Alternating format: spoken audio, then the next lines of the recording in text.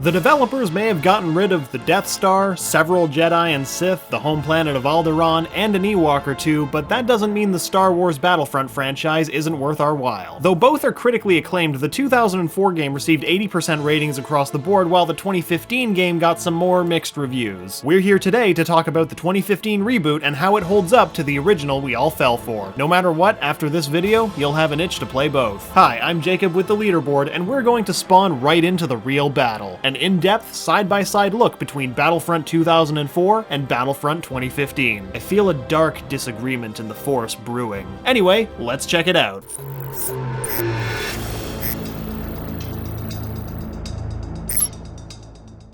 The graphics. This is a no-brainer, so we'll start here. Comparing the old Battlefront to the new is a lot like comparing Episode 1's effects to The Force Awakens. The new Battlefront had the better part of a decade and multiple game systems from 2004's PlayStation 2, Xbox, and PC to 2015's PlayStation 4, Xbox One, that's still a very confusing name for your console, Microsoft, and PC to achieve the amazingly beautiful graphics of the 2015 Battlefront. Even with the optimizing on Windows in 2004, in 2015 you can control every detail, including refresh rate depending on your monitor, vertical sync to prevent tearing, altering the field of view, motion blur, resolution scales, graphics quality, texture quality, and more! In 2004, models and animations for the game were created in the 3D development application SoftImage XSI. There's an immaculate attention to detail in 2004 Star Wars Battlefront, making it easily one of the best looking games of the generation. Battlefront's stunning visual fidelity is even stronger on PC thanks to its modifiable settings. Cleaner textures plus improved lighting and visual effects sell the exceptional aesthetic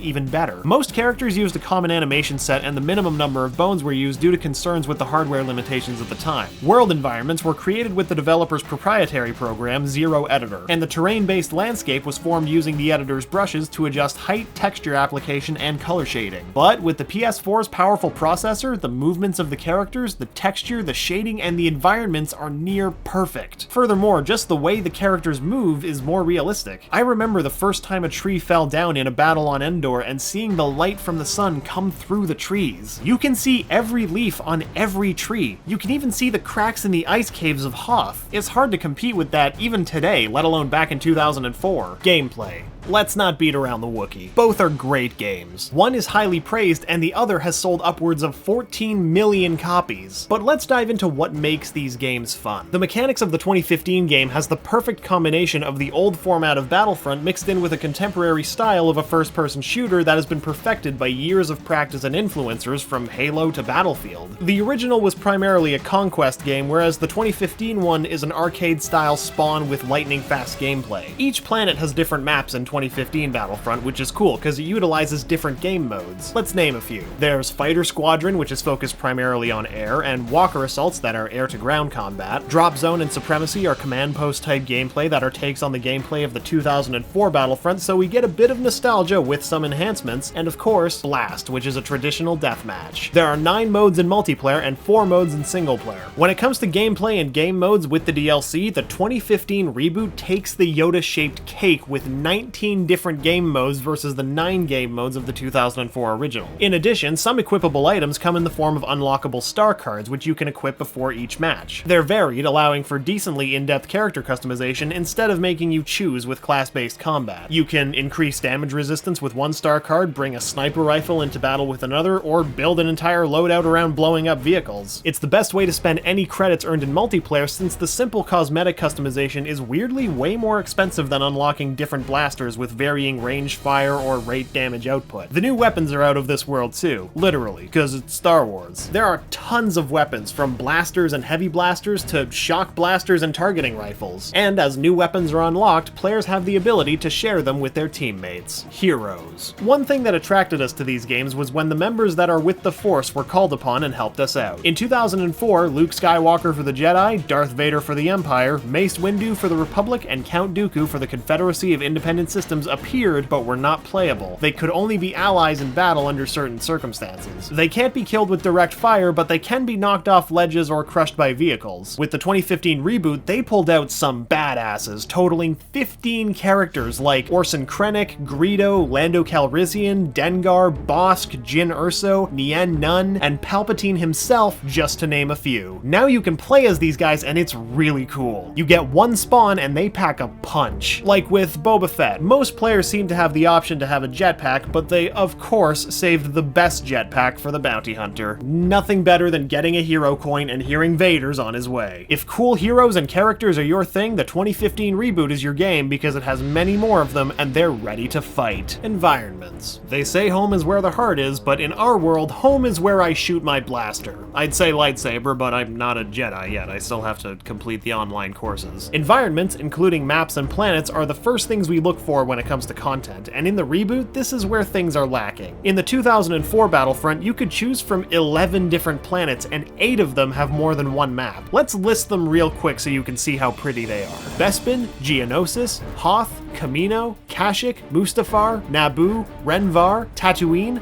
Vun, and Yavin 4. In the reboot, including all the DLC, we have only 7 planets. Now, of course, the environments are richer, more detailed, and bigger in the reboot, but when you wait over a decade for a game through 2 generations of consoles, you expect to get more.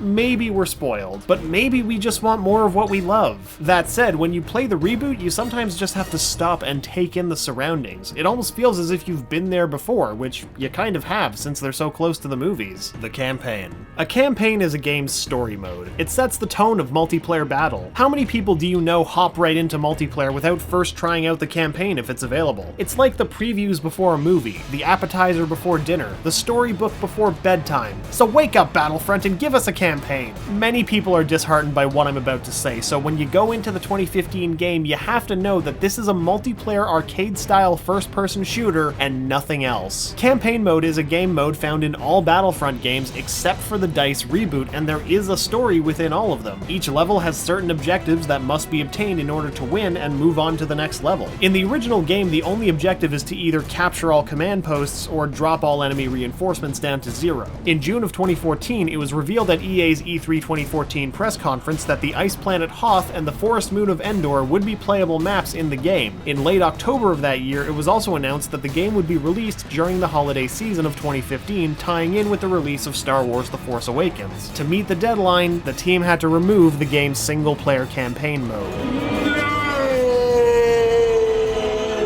Now, Battlefront 2015 does have single-player modes, including survival, battles, and hero battles, but most would agree that this is not enough. Rogue One, X-Wing VR mission. There is one thing worth mentioning that does separate the past from the now. I know you've always wanted to fly around in an X-Wing through space, because we've all wanted to fly around in an X-Wing through space. And now, we can, with virtual reality, because we live in the future. Criterion Games developed a PlayStation VR exclusive mission titled Rogue One X-Wing VR Mission, taking place alongside the events of the first installment of the Star Wars anthology series, 2016's Rogue One: A Star Wars Story. It was released for the PlayStation 4 version of the game and requires the PlayStation VR headset and PlayStation camera, and it was awesome! Although, if you suffer from motion sickness, you might want to stay here on the ground. Reception. Even though the 2015 reboot got mixed reviews, both games have done well. Star Wars Battlefront was precisely aimed to launch just days before Black Friday 2015 to take advantage of the biggest sales day of the year, with a premium November 17th release. It debuted to great sales both standalone and within the PS4 Star Wars Battlefront bundle. EA anticipated that the launch of Lucasfilm's movie 2 weeks after the game would propel the game back into popularity. Designed to appeal to Star Wars fans that enjoy video games casually, it received a multi-million-dollar ad campaign that looked to take advantage of the film's forecast. And it worked. The reboot was nominated in 2015 for Best Shooter at the Game Awards and has won several awards from the National Academy of Video Game Trade Reviewers, including awards for sound effects, use of sound in a franchise, and graphics. Funny thing is, even though the original didn't win these awards, IGN praised the graphics, sound, general Star Wars setting, and online mode of the 2004 game. Most of the criticism toward the original came about because of the AI, whereas with the reboot most of the criticism lies around content. It seems as though the reboot got a bad rap because the game feels like they shoved in all sorts of excess modes to make up for the fact that they don't have a solid single-player campaign. I say all of this, and yet as soon as I get home, I'm gonna go play a couple of rounds anyway. Well, that's it everybody, just an in-depth view of one of the coolest multiplayer games in the galaxy. Another Battlefront is set to release in 2017, so we'll see if these two games can combine their powers and become one with the Force. I'm Jacob with the Leaderboard, and thanks for watching Battlefront 2004 versus Battlefront 2015. What do you like about the original? How about the reboot? Shout out below in the comments and make sure to hit that little bell icon to become part of the notification squad. May the Force be with you, and if you like getting more from your games, subscribe to the Leaderboard, where we help you game smarter.